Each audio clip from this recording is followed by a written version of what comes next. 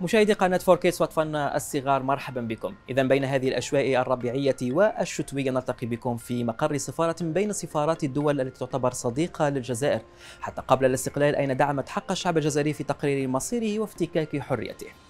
وسنتعرف اليوم على شخص من بين الشخصيات التي تمثل هذه الدولة لدى الجزائر، هي سعادة سفير هذه الدولة. لكن قبل أن نلتقي به دعوني أخذكم في هذه الجولة الخاطفة لتتعرفوا على هذه الدولة، على معالمها التاريخية والسياحية وعلى مميزات شعبها الطيب، ثم لنا عودة بعد ذلك لنلتقي بضيفنا لهذا اليوم، فابقوا معنا.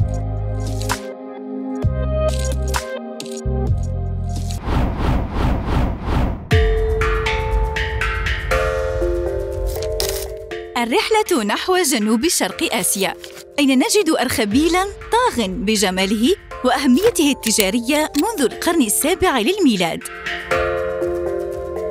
وقتها كان التنوع ملامساً لجميع المجالات على أرضها، في الثقافة، الدين، الاقتصاد وحتى السياسة، لينتشر بعدها الإسلام بين شعبها الذي يبلغ 300 مليون نسمة حالياً. شعب افتك حريته واستقلاله بعد 3 قرون ونصف القرن من الاستعمار الهولندي. اقتصادها مر عبر مراحل عديدة ليستقر بالمرتبة الرابعة آسيوياً وال16 كأقوى اقتصادات العالم. أرخبيل بحوالي 17,000 جزيرة تجمل واجهة طبق شهي يستحق عناء التذوق، فمن باء بالي لاكتشاف أجمل عمق للبحار إلى باء بونشاك وسفاريها التي تحوي أكثر من 2500 نوع من الحيوانات، إلى جاكرتا أم المنتزهات والمتاحف الفاخرة، حيث تعد طبيعة هذه الدولة الساحرة ملاذاً لملايين السياح من مختلف دول العالم. فالاسترخاء في حضن قطني بين رمال شواطئها مضمون، بينما ترفرف فوقك النخيل عاصفة بنسيمها العليل.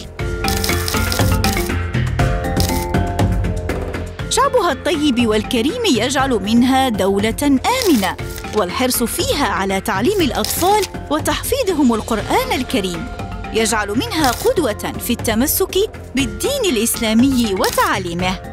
إنها دولة إندونيسيا.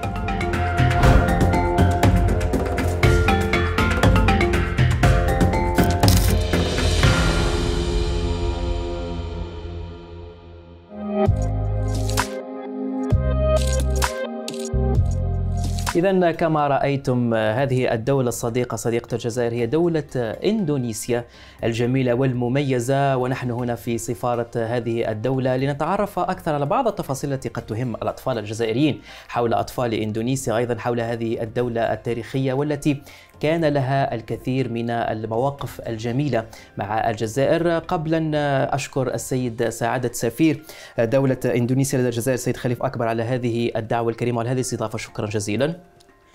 Thank you so much. Terima kasih, Mr. Rauf from the 4Kids channel. ثانك يو. إذا سيدي الكريم، أكيد كما تفضلت أنه الجزائر تربطها علاقة وطيدة بدولة إندونيسيا حتى قبل الاستقلال، أين دعمت حق الشعب الجزائري في تقرير مصيره وافتكاك حريته. لو تحدثنا عن طبيعة هذه العلاقة. Oke, memang sangat betul Indonesia dengan Aljazair memiliki hubungan yang sangat panjang. Kita memiliki keterkaitan secara sejarah dengan Aljazair, di mana kita mendukung Aljazair bukan hanya sejak kemerdekaan Aljazair, tetapi sebelum itu, yaitu pada saat Konferensi Asia Afrika tahun 1955. Kemudian hal lain yang dapat kami sampaikan adalah Indonesia dengan Aljazair adalah dua negara yang memiliki penduduk mayoritas beragama Muslim. Kita seperti saudara antara dua negara yang memiliki penduduk beragama Muslim. Indonesia adalah salah satu dari negara yang mengakui kemerdekaan Aljazair pada tahun 1963, dan sejak itu, karena memiliki pondasi hubungan yang kuat sejak lama, sampai saat ini hubungan antara Indonesia dengan Aljazair sangat-sangat bersaudara, dan kita memiliki banyak kesamaan dan banyak juga kerjasama di segala bidang yang telah kita sepakati untuk meningkatkan hubungan baik kedua negara saat ini, dan tentunya di masa mendatang juga. وهذه العلاقة بين البلدين طورت لتصبح مجموعة من الاتفاقيات بين البلدين. هذه الاتفاقيات اللي كانت في قطاع الطاقة، في قطاع السكن، التعليم، ونحن بما أننا يعني قناة أطفال لدينا خصوصية تطمح بنا إلى معرفة قطاع التعليم في أو الاتفاقيات التي كانت بين الجزائر وإندونيسيا في مجال التربية والتعليم. This is about the education. Sangat betul sekali. Kerjasama pendidikan adalah salah satu bidang kerjasama yang kita sepakati antara kedua negara. Indonesia dengan Aljazair memiliki banyak kerjasama, kesepakatan untuk melakukan kerjasama antara kedua negara, termasuk di bidang pendidikan. Pendidikan tentunya bukan hanya pendidikan formal, tetapi juga pendidikan informal. Di masa lalu banyak pelajar atau scholar dari berbagai universitas di Aljazair yang sempat mengalami pendidikan di Indonesia di berbagai jurusan.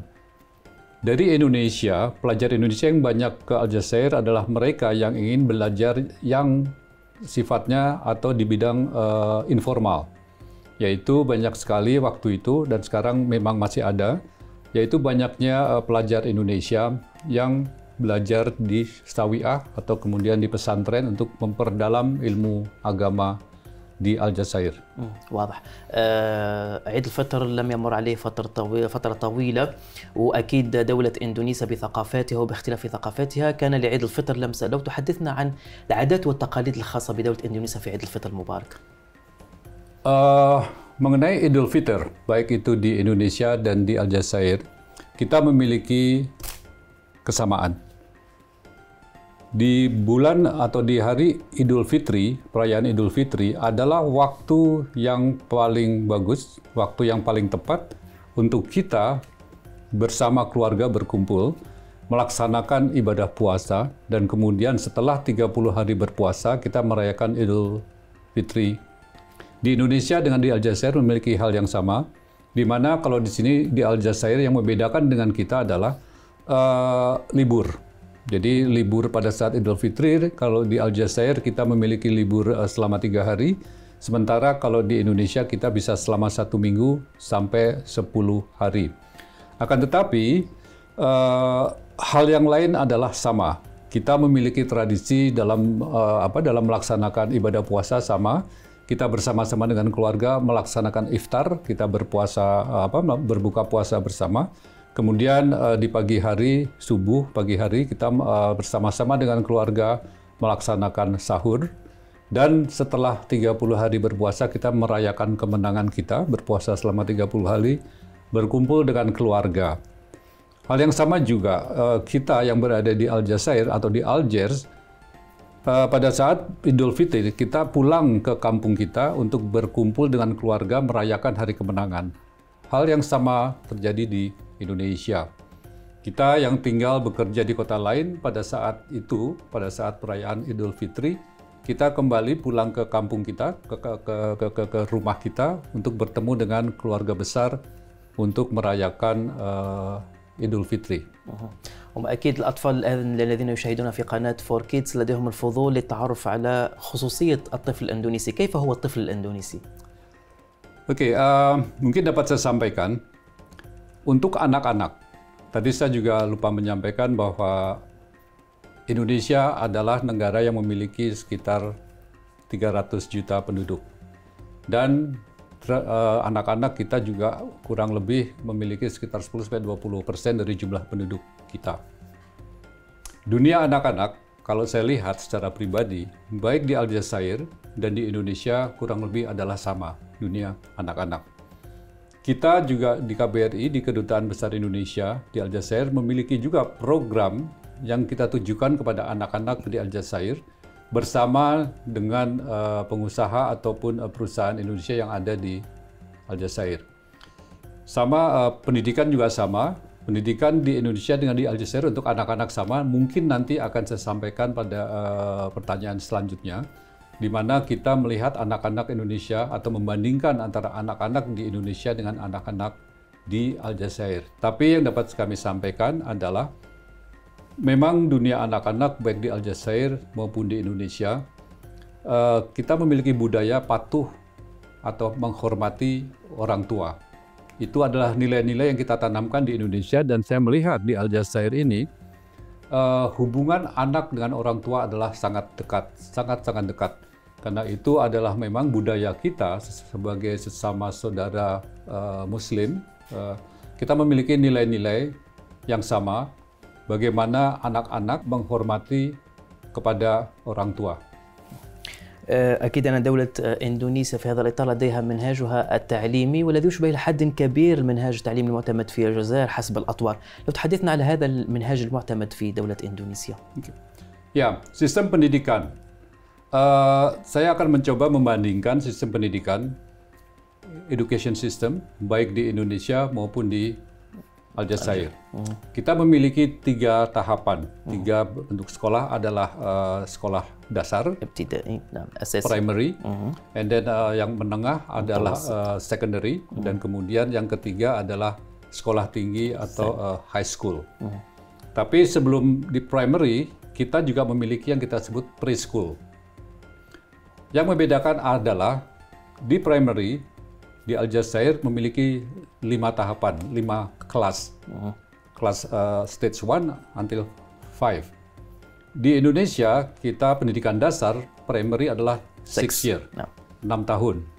Kemudian di level secondary, di sini mungkin 4 tahun. 4 years, and in Indonesia 3 years. Yes. And then kemudian di tingkat pendidikan tinggi, sekolah menengah atas, kita 3 tahun, in Algeria so 3 years. Similar years, yes. But the total we have the same, 12 years, Yes. from dari pendidikan dasar sampai sekolah tinggi atau high school.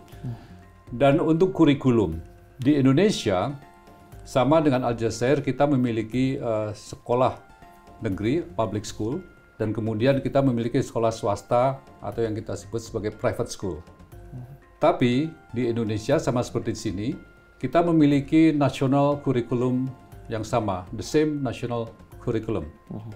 Di Aljazair kita memiliki BAC untuk baik sekolah kurikulum berbahasa Arab maupun berbahasa Prancis, French and Arabic language.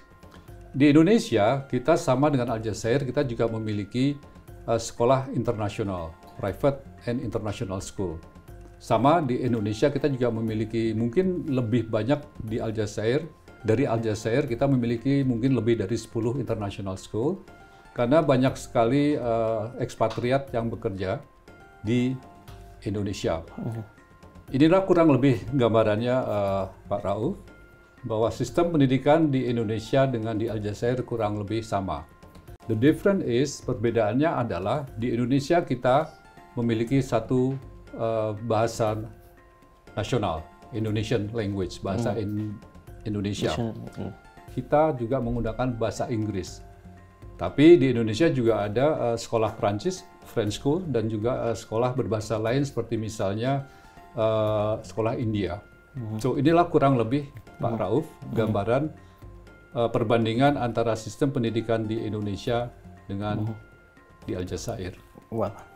كنت تحدثت عن جزئية القرآن الكريم، والجميل والملاحظ أن دولة إندونيسيا تعطي اهتمام كبير لحفظ القرآن الكريم، وأيضا عبر مواقع التواصل الاجتماعي نلاحظ أن هناك أطفال كثر برزوا بأصواتهم الجميلة في تلاوة القرآن الكريم وحفظ القرآن الكريم. لماذا هذا الحرص مع أن دولة إندونيسيا من بين الدول الكبيرة التي لديها نسب يعني مسلمين، يعني معتنقي الإسلام؟ هذا الجميل في دولة إندونيسيا أنها تحافظ على تلاوة القرآن الكريم للأطفال منذ الصغر. Ya, sangat betul sekali Pak Rauf. Indonesia sebagai negara berpenduduk mayoritas Muslim, kita memiliki juga Islamic boarding school atau Sawiyah yang kita sebut sebagai pesantren. Kita juga ada sekolah agama Islam yang memang sudah menerapkan sistem kurikulum nasional. Jadi itu sudah bukan hanya informal tetapi juga kepada pendidikan formal. Di Indonesia banyak sekali Sawiyah atau Islamic boarding school atau pesantren. Sekali lagi mengingat banyak sekali atau mayoritas penduduk yang beragama Muslim banyak yang menyekolahkan anaknya di sekolah-sekolah agama ini. Kalau Pak Rauf perhatikan, berbagai kompetisi mengenai untuk Quran reciting, pembacaan Quran, kita juga banyak mengirimkan qori dan qori'ah dari Indonesia untuk mengikuti kegiatan atau perlombaan membaca Quran di sini, ataupun juga lafal untuk menghafalkan Quran di Aljazair. أيضا دولة إندونيسيا والحكومة الإندونيسية مؤخرا أصبح لديها حرص كبير على رعاية الأطفال الأيتام، توفير دور الرعاية، وأيضا تحاول جاهدة تحسين المستوى المعيشي والتعليمي لهؤلاء الأطفال في إندونيسيا. Ya, seperti saya sampaikan tadi, Mr. Rauf, bahwa Indonesia berpenduduk hampir 300 juta. Dan sekarang mungkin komposisi antara perempuan dan laki-laki kurang lebih sama. Dan kita di Indonesia dalam rangka untuk lebih memperhatikan anak-anak dan anak-anak yang memiliki kebutuhan khusus atau special needs, kita memiliki suatu kementerian yang kita sebut sebagai kementerian yang menangani masalah anak dan masalah perempuan. Banyak kegiatan, banyak program dari pemerintah Indonesia yang untuk menangani anak-anak yang berkebutuhan khusus. Mungkin bukan hanya dari autistik, mungkin juga kita lihat dari anak-anak yang misalnya disable atau cacat sejak lahir, dan juga tentunya adalah anak-anak yatim piatu atau orphans. Itu memang kita memiliki program khusus untuk penanganan kelompok anak-anak yang berkebutuhan khusus dan pendidikannya, termasuk juga fasilitas-fasilitasnya. الآن نذهب إلى الجانب السياحي لدولة إندونيسيا. إندونيسيا تعتبر من الوجهات السياحية المحببة لدى الكثير من السياح عبر العالم، ومن بينهم السائح الجزائري. ما هي ضمانات أو ما هي التسهيلات تضمنونها في هذا السياق للجزائريين ليذهبوا إلى دولة إندونيسيا ويقضوا العطل السياحية تاعهم في إندونيسيا؟ Ya, kalau kita berbicara tourism, saya sampaikan tadi di awal, Indonesia memiliki 300 juta penduduk. Dan kalau dilihat dari geografisnya, dari negaranya, besarnya, besar Indonesia dengan Aljazair, luas wilayah kurang lebih sama. The size of the country, Indonesia and Algeria kurang lebih sama, almost the same. Sekitar 2.3 square kilometer, 2,3 kilometer persegi. Tapi yang membedakan, Aljazair is a one land. It's like a small continent. But in Indonesia, Indonesia terdiri dari 17.000 pulau, 17,000 of islands of Indonesia. Untuk wisata atau tourism, saya selalu atau kami dari Indonesia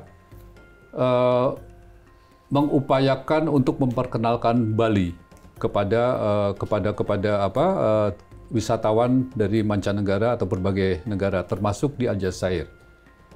Saya menyampaikan tidak hanya selalu Bali, tapi beyond Bali. It's not only Bali. Indonesia bukan hanya Bali.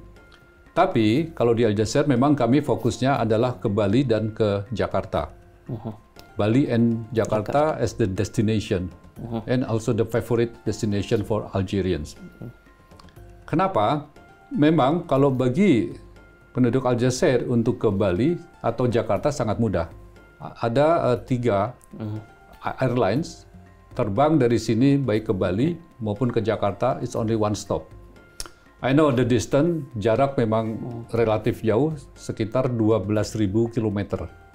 Sekitar 14 jam terbang. Tapi kalau dari Bali dan dari Jakarta, itu bisa kita ke tempat lain, beyond Bali or beyond Jakarta. That is why kita selalu mengedepankan Bali atau Jakarta. Bali untuk tujuan wisata, kita memiliki banyak pulau, banyak pantai, kita memiliki banyak highland, gunung, dan berbagai tempat wisata lainnya seperti Jakarta, bukan hanya untuk bisnis, tetapi juga untuk shopping, untuk berbelanja. Makanya kami selalu mengupayakan untuk memberikan pelayanan bagi visa warga negara Aljazair di kantor kami di Kedutaan Besar Indonesia di Aljazair. الآن نذهب إلى قضية الجزائريين وأيضا قضية الإندونيسيين، وهي القضية الفلسطينية التي تعتبر من أبرز القضايا المشتركة والنقاط المشتركة بين البلدين. وأنتم كدولة وحكومة إندونيسية أكيد مع القضية الفلسطينية ومع الشعب الفلسطيني في افتكاك حريته وفي العيش في أمن وسلام. حدثونا على هذه النقطة المشتركة عن القضية الفلسطينية، كيف تراها الحكومة الإندونيسية؟ Betul sekali Pak Rauf, bahwa antara Indonesia dengan Aljazair kita memiliki pandangan yang sama. Bahwa penyelesaian untuk isu Palestina itu kita harus menyandarkan berdasar kepada ketentuan internasional. Dalam hal ini adalah two-state solution untuk menyelesaikan masalah Palestina. Isu Palestina, kemerdekaan Palestina itu juga tercantum atau terdapat di pembukaan undang-undang Our Constitution mengenai hak untuk setiap negara untuk merdeka.